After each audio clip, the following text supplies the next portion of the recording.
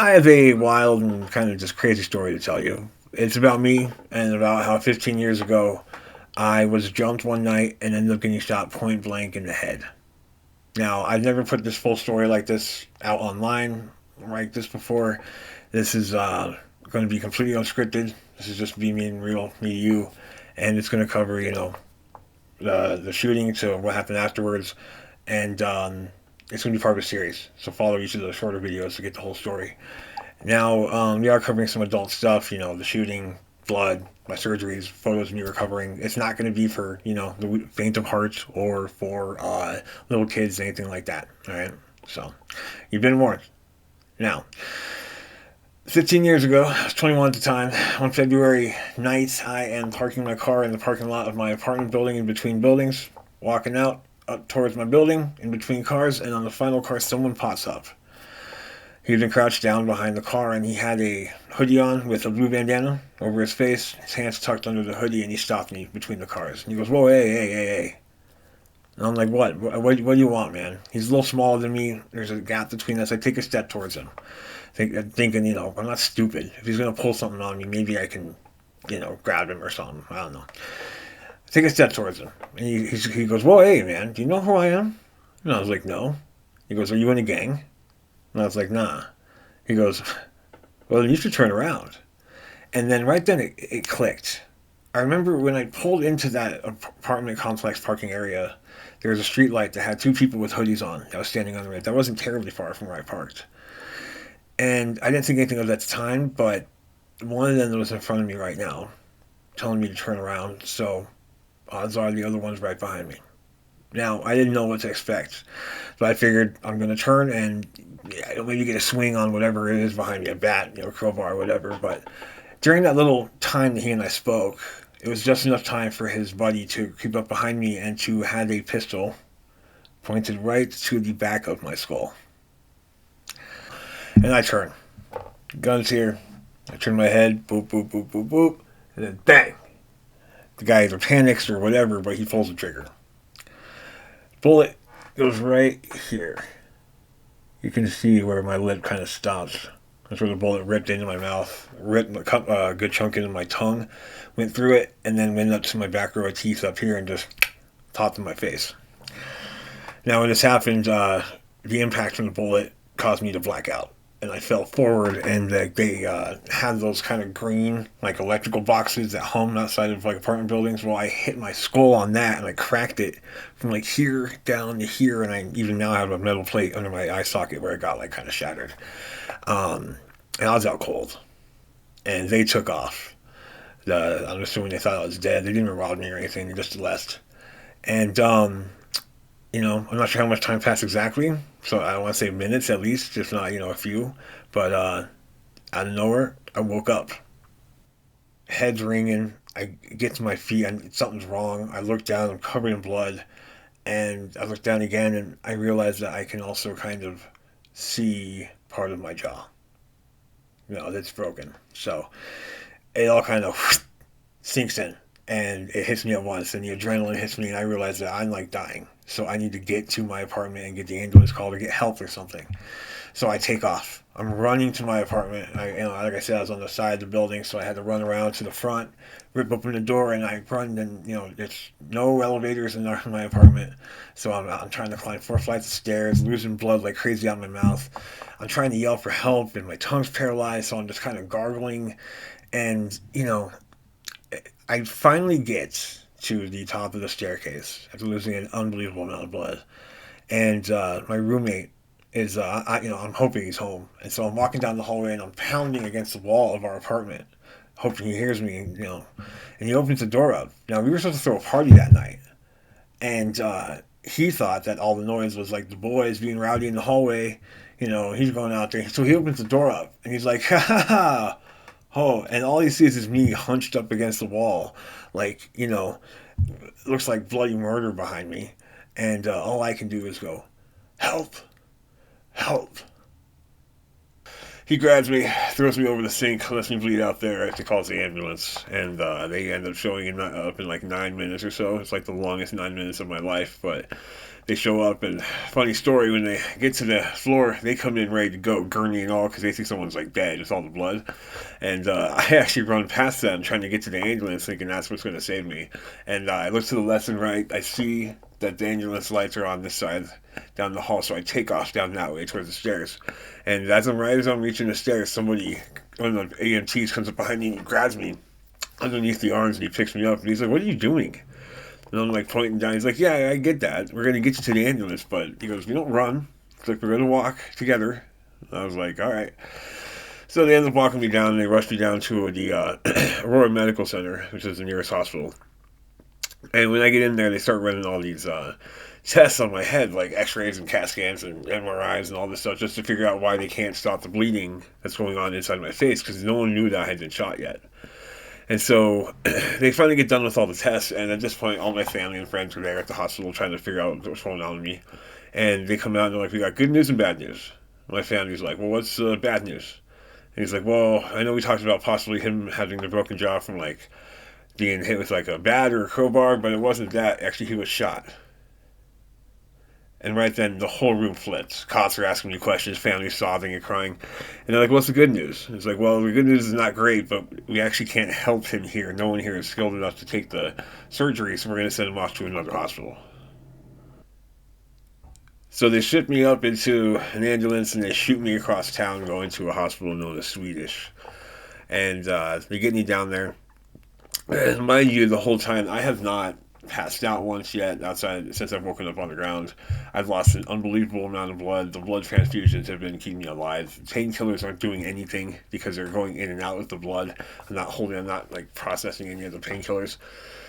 And so the EMTs were these younger guys that were in the ambulance, and they were like, "Hey man, like we read what happened to you. It's like, that's like hardcore, man. You're badass. You can't believe you survived all that." They're like, "Hey, if you want to, man, you can just like pass out. It's all right. We'll take care of you."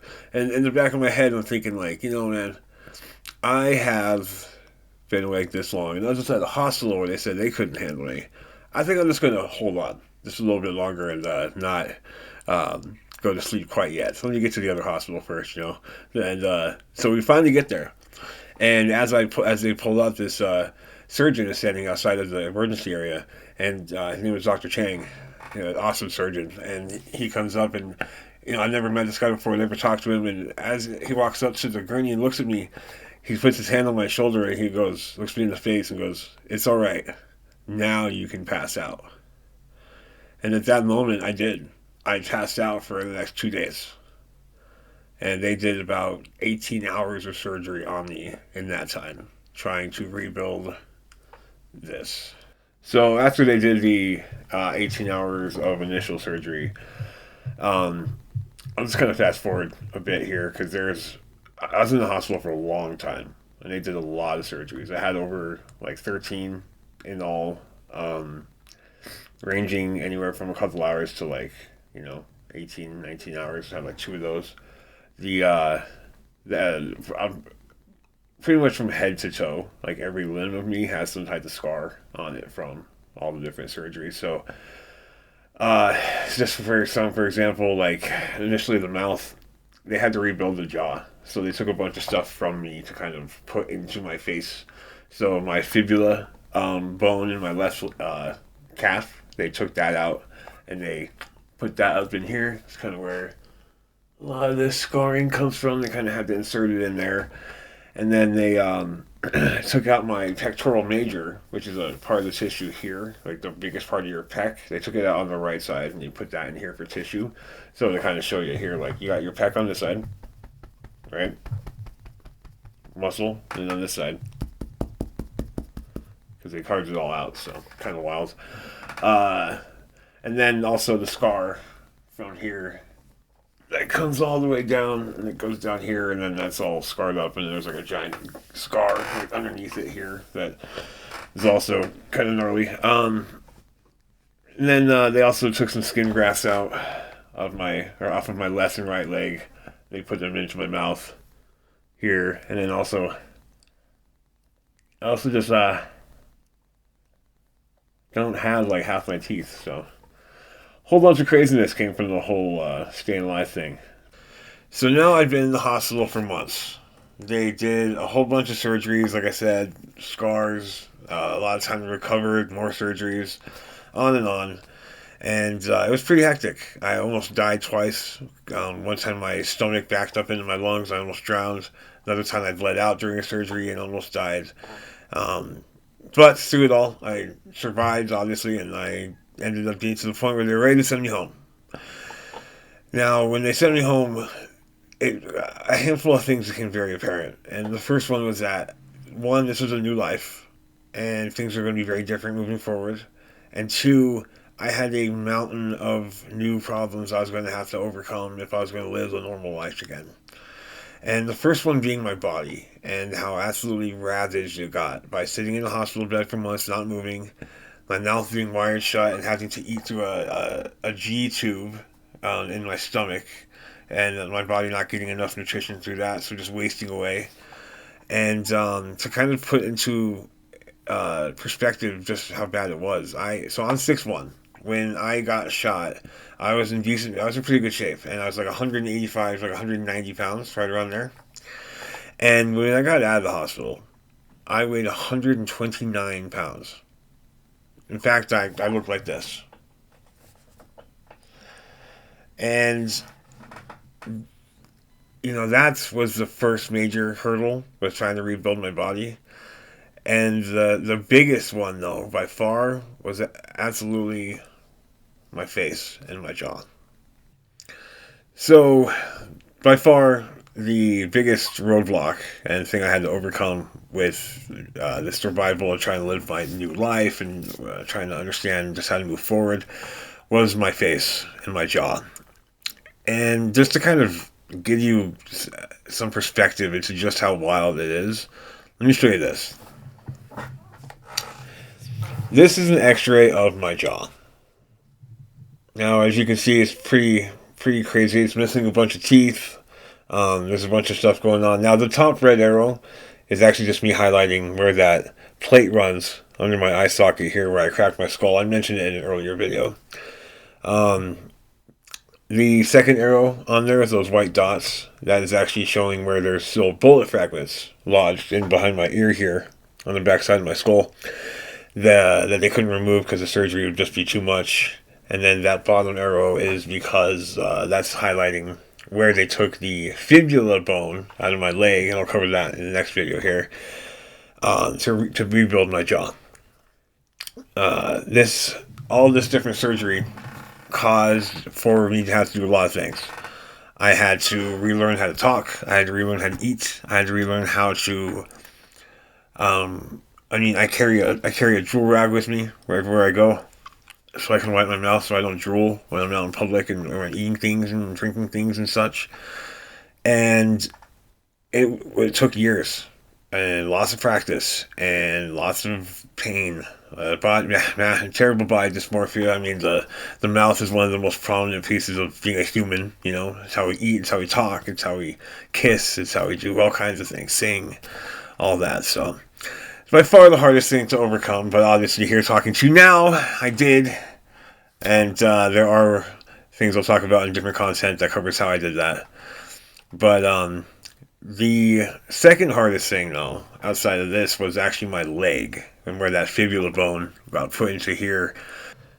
So to rebuild my jaw, and I'll show it again real quick, the x-ray, this lower part right here, that is actually a carved out piece of bone from my fibula bone, which runs through my left leg. Now the fibula is just this little guy here. It's the backbone out of the two bones in your leg. It's the smaller one.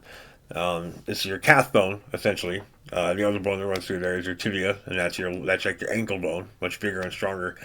You can actually carve out segments of the fibula bone and put them in parts of the body for rebuilding purposes, and that's what they did with my jaw.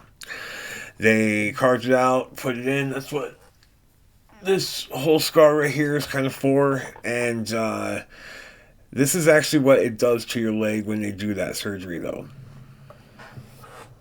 This is what my left leg looks like currently. That whole thing had about 20 staples in it holding it all together, and it took many, many months of recovery, not walking on it, being on crutches, wheelchair, all that, and then also getting to the point where I could eventually walk on it again. But doctors told me I was never going to get full recovery of it. I was going to have some type of mobility issues. I wouldn't be able to run well again. I wouldn't be able to like go on hikes for very long, all that kind of stuff. Now, mind you, I did prove all of them wrong, and I'll cover all of that more in some different content as to what exactly I did to do that. But I did overcome that, but that was one of the hardest and longest ones, and definitely the most painful, I think, out of any of them, just because walking and trying to walk on something when they took the bone out is just a whole new sensation. So definitely a little crazy. On that same note, though, the next hardest piece of damage I had to overcome throughout all this was actually another muscle. It was my pec, my pectoral major to be exact. This guy right here that they carved out.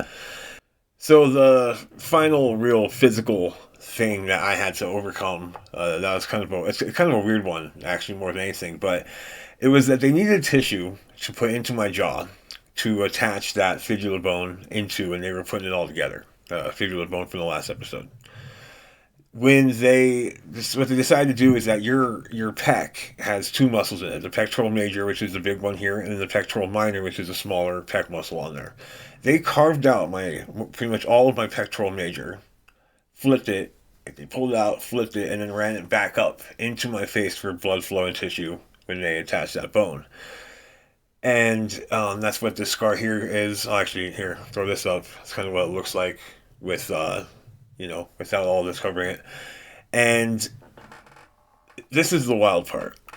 So, yeah, I lost my pec muscle here. My bench is terrible now because of it. Lots of my shoulder has had to compensate, my biceps and stuff for most of the movement on a lot of the stuff I do now. However, when it first happened, like, here's the thing: when you take a muscle out of a part of your body and you move it to another part of your body doesn't know that that moved. So when when this was all healed up, I would start to work out and do things to try to get this area strong again. Well, I would do things that would work the pec, say some pull-ups or like, listen some over, and I would work the pec, but it would work the muscle in my neck. So literally here would be like pulsing, and they had to go in and carve out all the nerves because it would got to the point where if I did anything too physical at all, I'd have this giant just like pulsing muscle on the side of my neck. They carved a lot of it down, so you can't really see it much now. But I still have some of that control where if I flex down here, I can. It's just insane what science can do with the human body. But hey, it got me to have all this, so success overall. Now that is the end of kind of like the physical side of what I had to go through. So the next piece of my recovery involves discussing my mental health. And I know that in today's society, men discussing mental health and their mental health and issues that they're going through is not seen as very easy to do or easy to talk about. And I know that, me personally, everything I'm about to tell you right now, I've never really discussed with many people before, if at all. And I think it's time we change that. I shouldn't have to hide these things I went through. Neither should any of you. And so let's talk about it. All right? After the shooting, I suffered really, really bad from PTSD. Like, really bad. It was a horrible combination of, first, because of the way I looked, with my body dysmorphia. I thought I was a Frankenstein monster. Covered in scars, just hideous, scaring children, women thinking I'm disgusting, the whole thing. Who wants to, yeah, those are issues I still even struggle with today. It took me many years to be able to look in a mirror. The next big one was the anxiety, fear, paranoia, and like depression. It all kind of fell into the same bucket, and they all fed each other. So it was a terrible mixture of thinking I was hideous, being terrified of the world because of what happened to me, and knowing that the shooters are still out there. And also just feeling helpless and feeling alone. No one knew what I was going through. No one knew how to talk to me about it. Um, and then there was also just the hopelessness that I felt for a long time throughout the recovery. And these are all things that a couple people in my family kind of knew about it, but overall I didn't talk about it much. Instead, what I did was what a lot of people do in these times. And I decided to start drinking. And I ended up with a huge, huge problem with that. That ran my life for the next 8 long years. After the shooting, alcohol is the thing that ran my life for 8 long years. I started drinking heavily right after about a year or so after I got shot. It really ramped up, and it was to cope with depression, the body, everything I mentioned last episode, all the mental health stuff. It was to cope with all of it. It's much easier to go numb and to not have to feel than to deal with your problems, right? So that's what I did, and I did it a lot, and I did it well, and I did it well as in I used to get smashed, and I became the problem. I had to get babysat at parties. I ruined relationships with my friends, my family, my coworkers, my jobs, my women, everything, everything. And I wasn't like an angry or a violent drunk. I was actually just a really sad and pathetic drunk who just wanted pity because my life was so terrible. I was this, Frankenstein's monster who had no chance of ever meeting a girl because of how hideous I was and all the things that were wrong with me.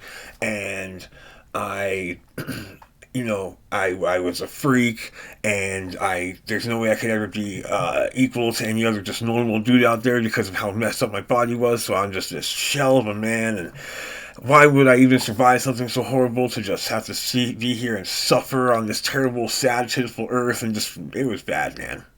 Bad. Spiral. For years and years.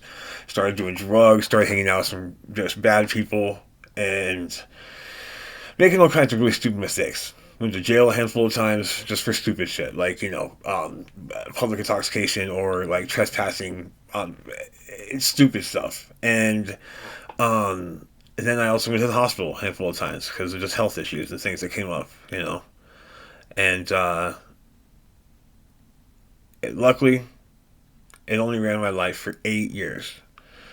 I did eventually stop. I'm currently 6 years clean, and I'll be 7 in August. And I am going to do a lot of content that covers much more of that and how I did it and things about that. But I quit drinking right around the age 30. So at the age of 30, when I finally had quit drinking, it wasn't it wasn't all rainbows and sunshine. 8 years of binge drinking is a really long time, and my body is completely adapted for it. My brain, especially, is completely adapted for it. I mean, it took over a year, like a year and a half, before my brain finally recovered from a lot of the damage that had been done from all the years of drinking. It was almost like a computer just rebooted really fast one day in my head, and I could just tell that my brain was working better than it ever had before.